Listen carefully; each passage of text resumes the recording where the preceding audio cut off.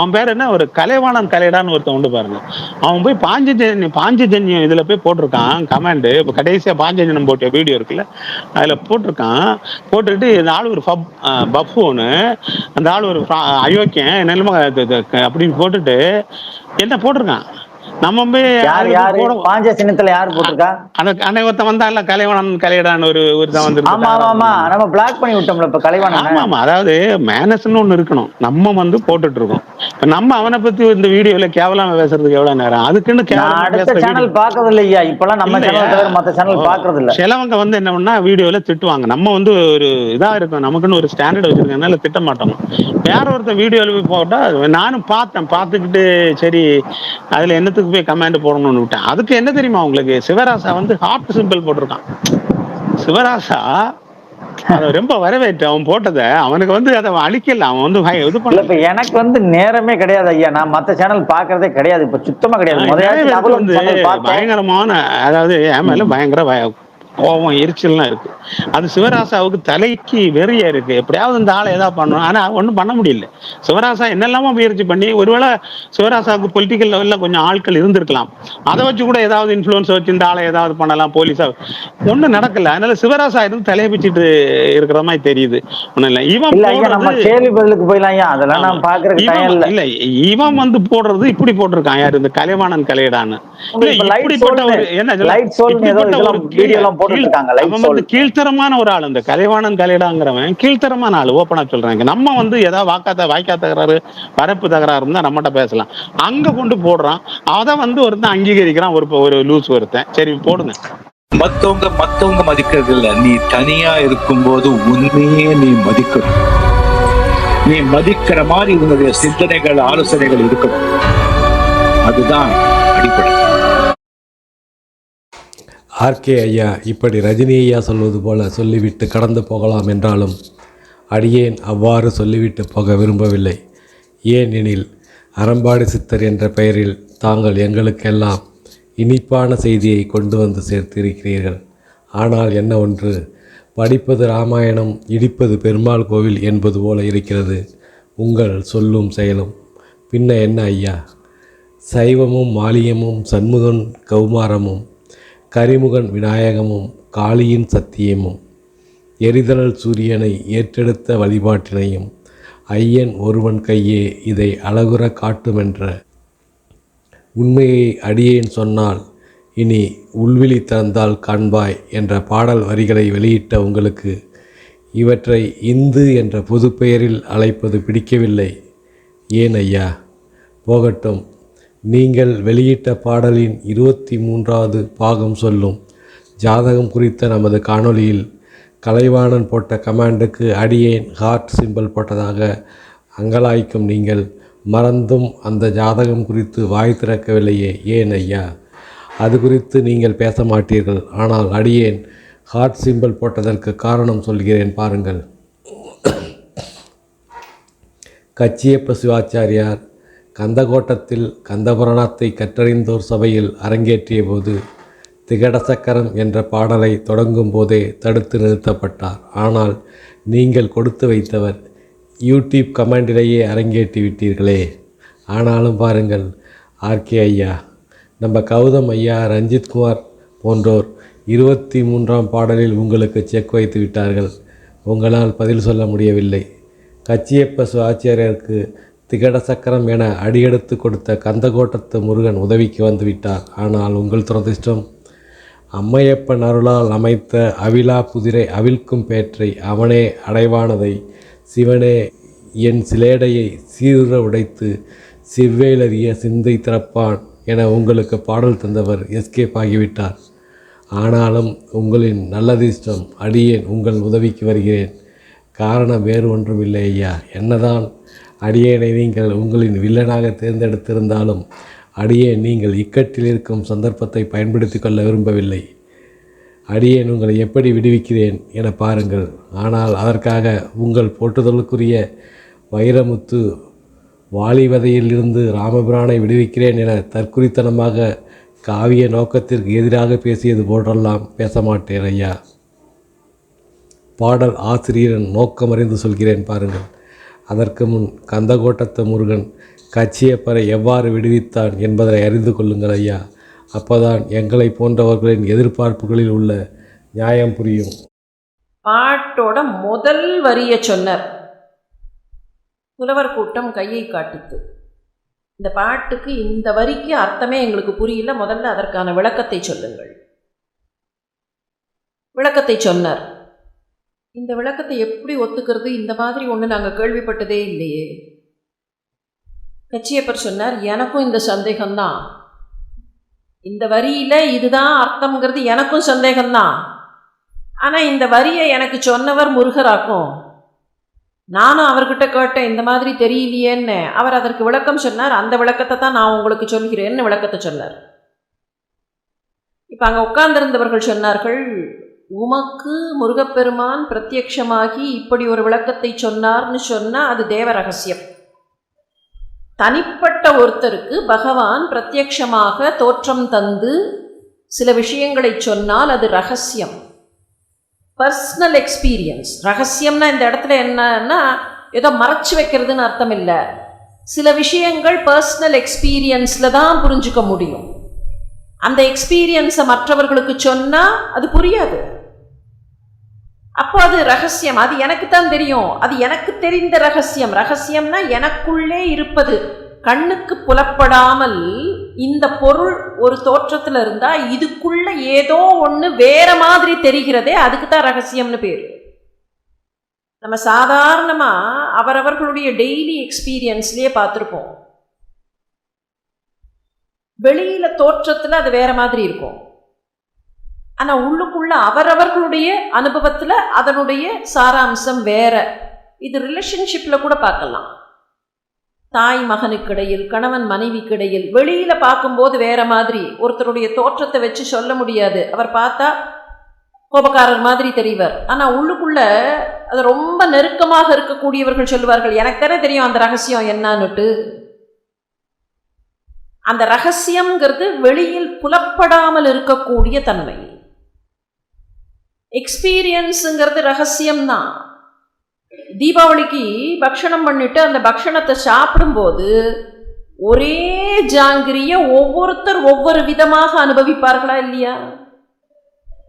சரி, அவ்வளோ வேண்டாம். ஸ்வீட் பண்ணுறோன்னு சொல்கிறோமே, ஒரே பொருள், அந்த உள்ளுக்குள்ளே இருக்கக்கூடிய விஷயம், அந்த ஸ்வீட்டுக்கான அடிப்படை அது சர்க்கரையாக இருக்கலாம், வெல்லமாக இருக்கலாம். ஆனால் அதே அந்த வெல்லத்தை வச்சோ அதே சர்க்கரையை வச்சோ விதவிதமாக ஸ்வீட் வருதா இல்லையா? இதனோட டேஸ்ட் வேறு, அதனோட டேஸ்ட் வேறு. ஏன்? கூட சேரக்கூடிய விஷயங்கள் அப்படின்னு சொன்னால் கூட அந்த கூட சேரக்கூடிய விஷயங்கள் ஒன்றன் தன்மையை மாற்றுகின்றன. அதே மாதிரி தான் ஒவ்வொருத்தர் அனுபவிக்கக்கூடிய இடம், சூழல், அவர் இருக்கிற நிலைமை, அவருடைய மனப்பக்குவம், இதை வைத்து அனுபவம் மாறும். அப்போ அனுபவத்தை வழியில் சொல்ல முடியாது. ஆனால் இங்கே இருக்கிறது காவியம், பொதுவான விஷயம். காவியத்தில் பொதுவான விஷயத்தை எல்லாருக்கும் கொடுக்கும்போது அதனுடைய கிராமர், அதனுடைய இலக்கணம் should be acceptable by everybody. எல்லோருக்கும் புலப்படக்கூடிய விஷயமாக அது இருக்க வேண்டும். உங்கள் ரகசியத்தை அதில் வைக்க முடியாது. அதனால் ஒன்று காமனாக இருக்கிற இலக்கண விதி, எல்லாருக்கும் பொதுவாக இருக்கிற விஷயம், அந்த விஷயத்தை சொல்லுங்கள், ஒத்துக்கொள்கிறோம். இல்லையா, உங்களுக்கு எப்படி தனிப்பட்ட முறையில் ரகசியமாக முருகப்பெருமான் சொன்னாரோ அப்படி அந்த முருகர் எல்லாருக்கும் சொல்லட்டும். முருகரே இங்கே சொன்னால் ஒத்துக்கலாம். அப்போ அது ரகசியம்ங்கிற ஸ்டேஜை தாண்டி போயிடும். அவரே உபதேசம் சொன்ன மாதிரி ஆயிடும். இல்லையா, இதுக்கான காமன் கிராமர் சொல்லுங்கள். என்ன பண்ணுறதுன்னு தெரியல கச்சியப்பர்.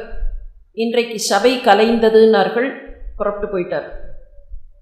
அன்னைக்கு ராத்திரி போய் குமரகோட்டத்தில் அழுதார். நான் அன்னைக்கே கேட்டேன் உங்ககிட்ட, இதுதான் உனக்கு என்ன போச்சு, நான் சொல்கிறேன், நான் சொல்லி கொடுத்ததுக்கப்புறம் என்ன கேள்வி கேட்குறேன்னு என்ன அன்னைக்கு மிரட்டி வாயை மூடிவிட்ட. இன்றைக்கி அவர்கள்லாம் கேள்வி கேட்கிறார்கள், எப்படி விளக்கம் சொல்கிறதுன்னு எனக்கு தெரியலையே.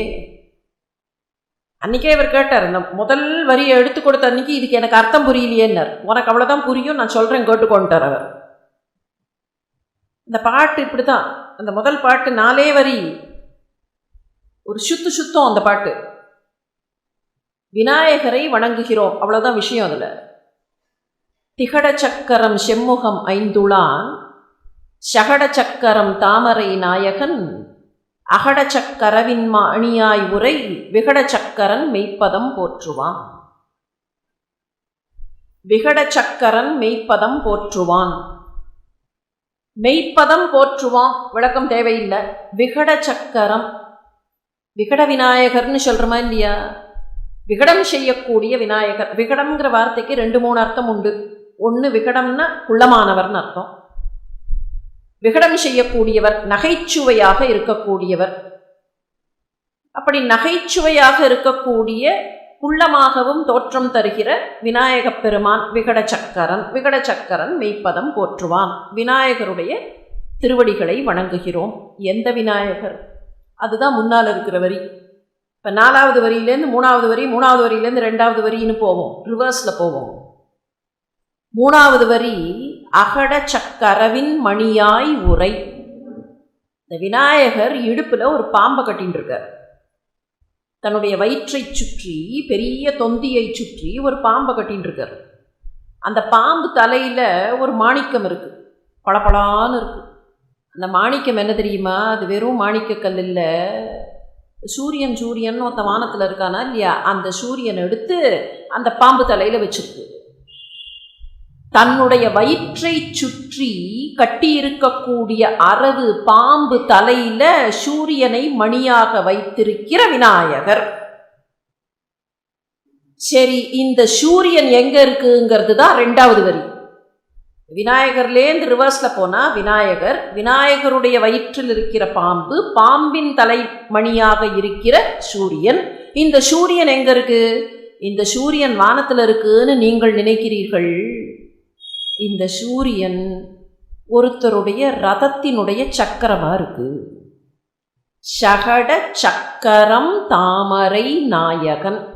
தாமரை நாயகன், தாமரை பூக்கும். அவனை பார்த்த உடனே தாமரை மலரும். ஒரு பெண் தன்னுடைய நாயகனை பார்த்தவுடன் மலர்வாள் என்பது போல தாமரை மலரும். யாரை பார்த்த உடனே? சூரியனை பார்த்த உடனே. அதனால சூரியனுக்கு தாமரை நாயகன்னு பேரு. ரஜினி நாயகன்னு நிலாவுக்கு பெயர். இரவு மலரும். நிலாவை பார்த்தால் இரவு என்கிற பெண் மலர்வாள். தாமரை என்கிற பெண் சூரியனை பார்த்தால் மலர்வாள். அதனால தாமரை நாயகன். இந்த தாமரை நாயகன் சகட சக்கரமாக, சகடம்னு சக்கரம் இல்லையா? சகட சக்கரம், தேரினுடைய சக்கரம், தேர்காலாக இருக்கிறது. யாருக்குன்னா, இந்த சிவபெருமான்னு ஒருத்தர் ஒரு தடவை தேரில் புறப்பட்டாரே, அந்த தேருக்கு ஒரு சக்கரம் சூரியன், ஒரு சக்கரம் சந்திரன். அவனி ரதம் அர்க்கேந்து சரணம்னு ஆதிசங்கரர் பாடுவர். அவனியை ரதமாக்கி புறப்பட்டார். அப்போ ஒரு சக்கரமாக சூரியனும் ஒரு சக்கரமாக சந்திரனும் இருந்தன. இப்போ முதல் வரி, பாட்டோட முதல் வரி சிவபெருமானை பத்தினது.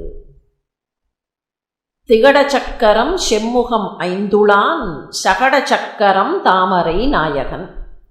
5 முகங்கள் கொண்ட ஒருத்தர் இருக்காரே, அவருடைய தேர்காலாக இருக்கிற சூரியனை தன்னுடைய வயிற்றில் கட்டியிருக்கிற பாம்பினுடைய மணியாக கொண்ட விநாயகப் பெருமானை போற்றுகிறோம். இதுதான் அந்த பாட்டு. சிக்கல் 2வது வரியில, 3வது வரியில, 4வது வரியில வரல. முதல் வரியில ஆரம்பம், எடுப்புல ஆரம்பம். திகட சக்கரம் செம்முகம் ஐந்துளான். செம்முகம் ஐந்துளான் பிரச்சனை இல்லை. 5 முகங்களை கொண்டவர் சிவபெருமான். சிவப்பு வண்ணத்தவர், பொன் வண்ணத்தவர், பொன்னார் மேனியன். அதனால கொஞ்சம் செம்மை கலந்த அந்த பொன் வண்ணம். அதனால சிவப்பான 5 முகங்களை கொண்டவர். சிவபெருமானுக்கு 5 முகங்கள்னு கணக்கு. 5 தலைகள் அல்லது 5 முகங்கள். 5 முகம் இருந்தா எத்தனை கை இருக்கும்? 10. 6 முகம்னா 12. அப்போ 5 முகம்னா 10 இல்லையா? அதுதான் முன்னால திகட சக்கரம். இப்ப சிக்கல் என்ன கேட்டார்கள் அவர்கள்னா, திகட சக்கரம்னா என்ன அர்த்தம்? திகடான்னு ஒரு வார்த்தையை நாங்க கேட்டதே இல்லையே. எனக்கும் சந்தேகம், முருகன் விளக்கம் தந்தார்னு சொன்னாரா இல்லையா? இவரும் அதே சந்தேகத்தை கேட்டார். அவர் தான் அடி எடுத்து கொடுத்தவர். முதல் அடி இதுதான், திகட சக்கரம் என்று பாடு. அப்பா முருகா, திகட சக்கரம்னா என்னப்பா அர்த்தம்? திகழ் தசக்கரம்னு அர்த்தம், பாடு. திகழ் தசக்கரம். தசக்கரம்னா 10 கரங்கள், செம்முகம்னா 5 முகம். திகழும் 10 கரங்களையும் 5 முகங்களையும் கொண்ட சிவபெருமான் அர்த்தம்னர். இந்த திகடன்ற வார்த்தை நாங்கள் கேட்டதில்லை. திகழ் தசம்ங்கிறது தான் திகடம்னு வருங்கிறது எங்கே இருக்கு? தொல்காப்பியத்தில் இல்லையே, நன்னூல்ல இல்லையே. எங்கே இருக்கு இந்த மாதிரி ஒன்று? நாங்கள் கேள்விப்பட்டதே இல்லையே, நாங்கள் படித்த இலக்கணத்தில் இல்லை, இது எங்கே இருக்குன்னு கேட்டார்கள். அவர் சொன்னார், எனக்கும் தெரியாது, நானும் படித்த இலக்கணத்தில் இல்லை, இது முருகன் சொன்னது. அதுக்குத்தான் முருகன் சொன்னதுன்னா முருகனே வந்து சொல்லட்டும், இல்லை என்றால் இலக்கண விதி காட்டுங்கள். மறுநாள் கார்த்தால சபை மறுபடியும் கூடியது. தப்பிச்சு ஓடலாம் முடியாது. இவரும் போனார். வழி கிடைக்கல, இலக்கண விதி தெரியல, என்ன பண்ணுறதுன்னு தெரியாமல் போய் அங்கே உட்கார்ந்தார். தலைமை புலவர் கேட்டார், விதியை கண்டுபிடித்து விட்டீர்களா? என்ன சொல்கிறதுன்னு புரியாமல் அவரை கொஞ்சம் அப்படியே அலங்க பார்த்தார். அதுக்குள்ளே புதுசாக ஒருத்தர் வந்து உட்கார்ந்தார், ஒரு இளைஞர். தலைமை புலவர், நீங்கள் யார்? இன்னைக்கு புதுசாக வந்திருக்கிறீர்களே, இதுவரைக்கும் நான் இந்த ஊரில் உங்களை பார்த்ததில்லையே. இந்த இளைஞர் சொன்னார், நான் இந்த ஊருக்கு புதுசாக வந்திருக்கேன், சோழ தேசத்தைச் சேர்ந்தவன், நானும் இந்த கூட்டத்தில் பங்கு கொள்ளலாமா? புலவர்கள் யாராக இருந்தாலும் பங்கு பெறலாம், வாருங்கள். நான் இளையவன். பரவாயில்ல, வயது வரம்பெல்லாம் கிடையாது. இளையவராக இருந்தாலும் முதியவராக இருந்தாலும் தகுதி உள்ளவர் என்றால் யார் வேண்டுமானாலும் பங்கு பெறலாம், வாருங்கள், உட்காருங்கள். இல்லை, நேற்றுக்கு ஏதோ ஒரு சிக்கல்னு கேள்விப்பட்டேன். இங்கே கார்த்தால எல்லாரும் கொஞ்சம் அரசல் புரசலாக பேசி கொண்டிருந்தார்கள். அது என்ன சிக்கல்னு நான் தெரிஞ்சுக்கலாமான்னார். இதுதான் சிக்கல், திகட சக்கரம் தான் சிக்கல்னார்கள். அவர் சொன்னார், இதற்கு நான் இலக்கண விதி தரவா? எப்படி? இல்லை, நான் சோழ நாட்டிலிருந்து வருகிறேன். எங்கள் ஊரில் வீரசோழியம் என்று ஒரு இலக்கண நூல் இருக்கிறது, அதில் இதற்கான சூத்திர விதி இருக்கிறது. அப்படியா அப்படின்னார்கள். அதற்கு நீங்கள் விதி காட்ட முடியுமா? கிராமர், இலக்கணம்ங்கிறது கிராமர் தானே. இந்த கிராமரில் வீரசோழியத்தில் சந்திப்படலம்னு ஒன்று இருக்குது. சந்திப்படலம்னா 2 சொற்கள் சந்திக்கும் போது ஏற்படக்கூடிய மாற்றங்கள். எல்லா லாங்குவேஜ்லையும் இது உண்டு. when 2 words unite, they come together. ஏதோ ஒரு சேஞ்ச் சில சமயங்களில் நடக்கலாம். 15ஓடு எண்ணிரண்டாய் தோன்றும் உடல் பின் தகாரம் வரின் 2ம் தொடர்பால் ஆன்ற 5. இது கொஞ்சம் முதல்ல படிச்ச உடனே புரியாது. 15ஓடு எண் 2ஆய் தோன்றும். இப்போ 2 வார்த்தை இருக்குன்னு வச்சுப்போம். முதல்ல ஒரு வார்த்தை, அதுக்கு பின்னால வரக்கூடிய வார்த்தை. இதுக்கு நிலைமொழின்னு பேர் சொல்லுவார்கள், இதற்கு வடுமொழி அப்படின்னு பேர் சொல்வார்கள். இது வந்து ஒட்டிக்கிறதுன்னு அர்த்தம், தி செகண்ட் வேர்ட். இப்போ திகழ் தசம் அப்படிங்கிறதுல திகழ் அப்படிங்கிறது முதல் வார்த்தை, நிலைமொழி. தசம்ங்கிறது வந்து ஒட்டிக்கிறது, வருமொழி. இதில் என்ன சொல்லியிருக்குன்னா, 15வது எழுத்து முதல்ல இருக்கிற வார்த்தையில் இருந்தால், 15வது எழுத்துன்னு என்ன கணக்கு, எப்படி கணக்கு போடுறதுன்னா, 15வது உடல், உடல்னு ஒரு வார்த்தை வருது. தமிழில் உயிரெழுத்து மெய்யெழுத்துன்னு சொல்கிறோமா இல்லையா? மெய்யெழுத்துங்கிறது உடல் எழுத்து, அது வெறும் உடல். அந்த உடலுக்கு உயிர் எங்கே இருக்குது? உயிரெழுத்து வந்து சேர்ந்தாதான் உயிர் கிடைக்கும். இப்போ 18 மெய்யெழுத்தில் 15வது என்னன்னு பார்த்தா ழகரம்னு சொல்கிறோமே, அந்த ழா. 15 16 லா, அவள் அப்படிங்கிறதுக்கு போடுற லகரம். இந்த ழாவும் லாவும் முதல் வார்த்தையினுடைய கடைசியாக இருந்து 2வது வார்த்தையினுடைய தொடக்கம் தகாரம் தாவா இருந்தா, இது 2ம் சேரும்போது 5வதாக மாறும். 5வது என்ன? காங்கா சா ஞா டா.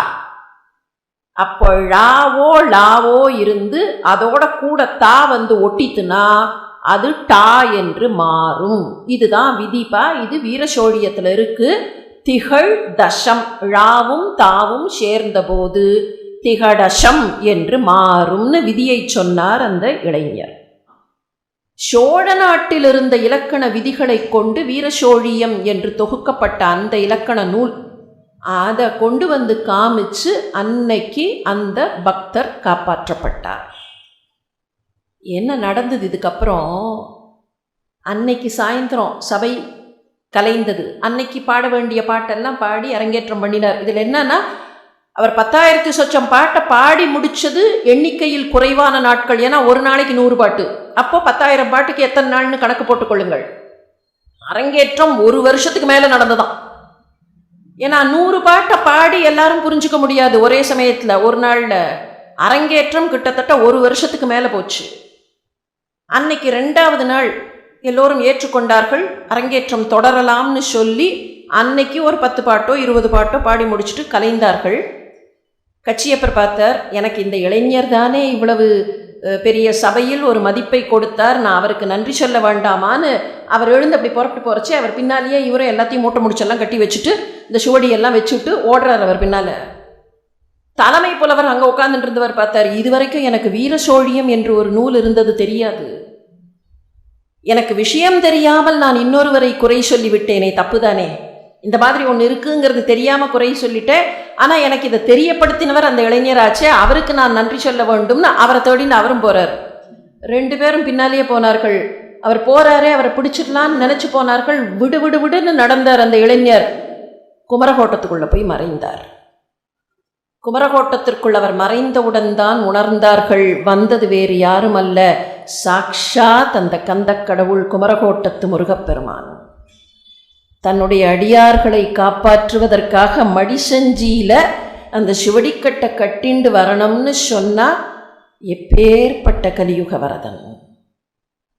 அந்த கந்தபுராணம் கந்தக்கடவுளின் வரலாற்றை சொல்கிற கந்தபுராணம். கச்சியப்ப சிவாச்சாரியாருக்கு சோழ நாட்டு வீரசோழியம் கை கொடுத்தது போல சோழ நாட்டானான நாம் எப்படி கை கொடுக்கிறோம் பாருங்கள். இவ்வரிமா சிவனருள் பெற்றுதித்திடும் வளர்மதியாம் கரும்பிறை கழிந்த 11ஆம் நாளில் தை தொட்ட கும்பத் திங்களொளி காலை பொழுது ஆட்டின் உயிராகி ஆடவை உடலெடுத்து என்பதிலுள்ள தை தொட்ட கும்பத் திங்களொளி காலை பொழுது என்பதிலுள்ள தை தொட்ட கும்பத் திங்களொளி என்பதை மாசி மாதம் என எடுத்துதான் நம் ஆய்வாளர்கள் ஜாதகத்தை உறுதி செய்தார்கள். நமக்கு மாறுபட்ட கருத்து இருந்தாலும் அந்த ஜாதகத்தை ஆய்வுக்கு எடுத்தால் மாசி மாதம் வளர்பிறை ஏகாதசி என்று காலையில் துலாலக்கின காலத்தில் புனர்பூசம் வரவில்லை. பரவாயில்லை, ஏகாதசி என்பது வடமொழி சம்பந்தப்பட்டது, அதனால் அது சிலருக்கு கசக்கும் என்பதால் ஏகாதசியை சொல்ல வாய்ப்பு இல்லை என்று 1964 மாசி மாதம் 1ஆம் தேதி அமாவாசை என்பதால் அந்த நாளை தள்ளிவிட்டு அடுத்த நாளில் இருந்து 11ஆம் நாளை, அதாவது மாசி 12 எடுத்தால் புனர்பூசம் நட்சத்திரம் பொருந்துகிறது. பாடல் சொல்லும் ஜாதகம் இதுதான் என முடிவுக்கு வந்துவிடலாம் என்றால் பாகம் 89 பின்பணி முதல் திங்களாண்டின் பிறைவளர் 11ஆம் திங்கள் என மாசி 11ஆம் தேதியை சொல்கிறார்கள். சரி, இதுதான் தவறாகிவிட்டது. புனர்பூச நட்சத்திரம் வரவில்லை என பார்த்தால் பாகம் 32 உள்ள வரிகள் குருடன் அருள் கிடைக்காவிட்டால் என்ன, கருடனார் தயவில் குருவருள் உயரக் கண்டேன் என அவருக்கு சுக்கிரன் அருள் இல்லை என்கிறது. ஆனால் 23ஆம் பாடல் படி வரும் ஜாதகத்தில் சுக்கிரன் 12இல் உச்சமாக அல்லவா இருக்கிறார்.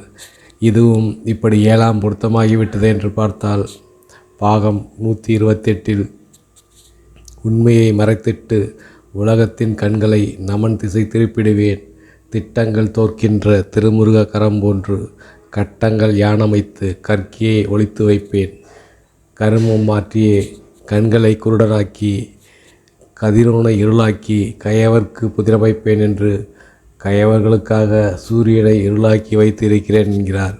அது உண்மை என்பது போலத்தான் இருள் கிரகமான ஆட்சி பெற்றிருக்கும் சனி பகவானுடன் சூரியனை கும்பராசியில் போட்டிருக்கிறார். சூரியனை மாற்றி போட்டிருப்பதாக சொல்லப்பட்டுள்ளதால் உண்மையான ஜாதகத்தில் சூரியனுக்கு முன்போ பின்போ இருக்கும் புதன் இருக்கும் வீடும் மாறும், சுக்கிரன் வீடும் மாறும். இதையெல்லாம் பார்த்தால் பாடல் எழுதியவர்கள் இந்த ஜாதகரை பகடையாக பயன்படுத்தி ஜோக்கராக்கி விட்டார்கள் என்பது உள்ளங்கை நெல்லிக்கனியாக தெரிகிறது.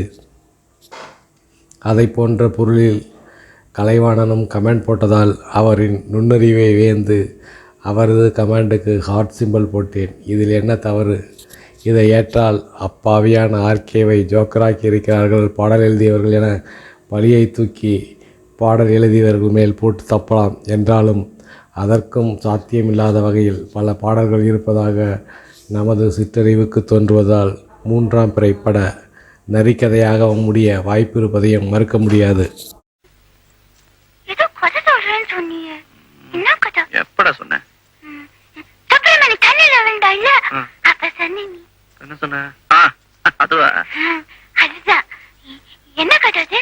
அது நரிக்கதை. முதல்ல நீ அங்க உட்காரு. இறங்கு.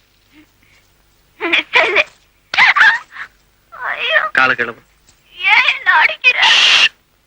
கதை வேணுமா வேணாமா? அப்ப நேரம் உட்காரு.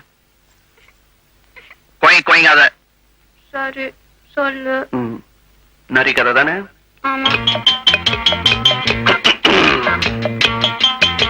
சொல்லு.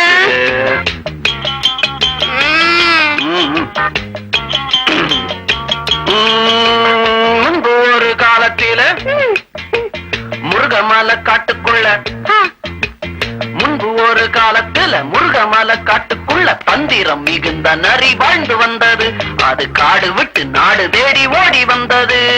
என்ன பண்ணிச்சு? ஓடி வந்துச்சு.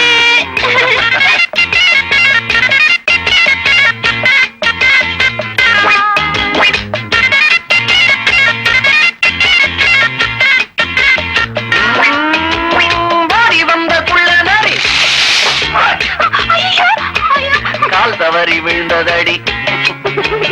ஓடி வந்த குள்ள நரி கால் தவறி விழுந்ததடி. நீல நிற சாயம் வச்ச தொட்டி ஒன்றிலே அது நிறம் மாறி போனதடி. சின்ன பொம்பளை நரி கலர் மாறி போச்சு. பிறகு காடு தேடி போச்சு. நரி காடு மாறி போச்சு. ஐயோ அப்புறம் கலர் தேடி போச்சு. கெட்டது போ, கதையே மாத்தி விட்ட. ஐயே என்ன இன்னும் கதை இருக்கு. வாடா வா தலையெல்லாம். சரி சொல்லு, கதை எங்க விட்ட? நரி காடு தேடி போச்சு. காடு தேடி போச்சா? நரி கலர் மாதிரி காட்டுக்குள்ள போச்சா? மத்த மிருகங்கள்லாம் என்னடா இது புதுசா ஒரு மிருகம் வந்திருக்குதே அப்படின்னு பார்த்து பயந்து போச்சு. ஐயோ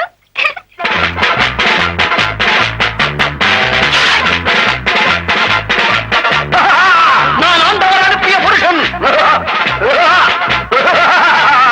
உங்களை ஆள வந்திருக்கும் அரசன்.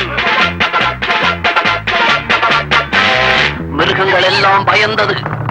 அங்கு நரியின் ராஜ்யம் நடந்தது. ஒரு நாள் மேகம் இடித்தது, மின்னல் வெடித்தது, காற்று அடித்தது, காடு துடித்தது, நிலம் அசைந்தது, மழை பொழிந்தது.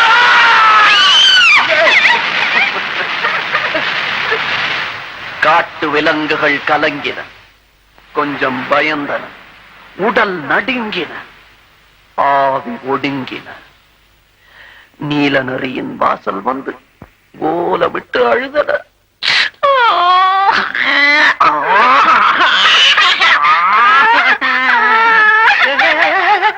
நீ அழுகிற? நீ அழுத? நான் புலி, சிங்கம், மயில் குட்டி அது மாதிரி அழுத. நீ எதுக்கு அழுகிற? அப்ப சரி. இங்க வா. சொல்லு. நரியும் வெளியில் வந்தது. மழையில் கொஞ்சம் நனைந்தது. நீல சாயம் கரைஞ்சது, நரியின் வேஷம் கலைஞ்சது. நீல சாயம் வெளுத்து போச்சு, ராசா வேஷம் கலைஞ்சு போச்சு. நீல சாயம் என்ன ஆச்சு? நீல சாயம் வெளுத்து போச்சு. நீல சாயம் வெளுத்து போச்சு, ரசா வேஷம் கலைஞ்சு போச்சு. நீல சாயம் வெளுத்து போச்சு,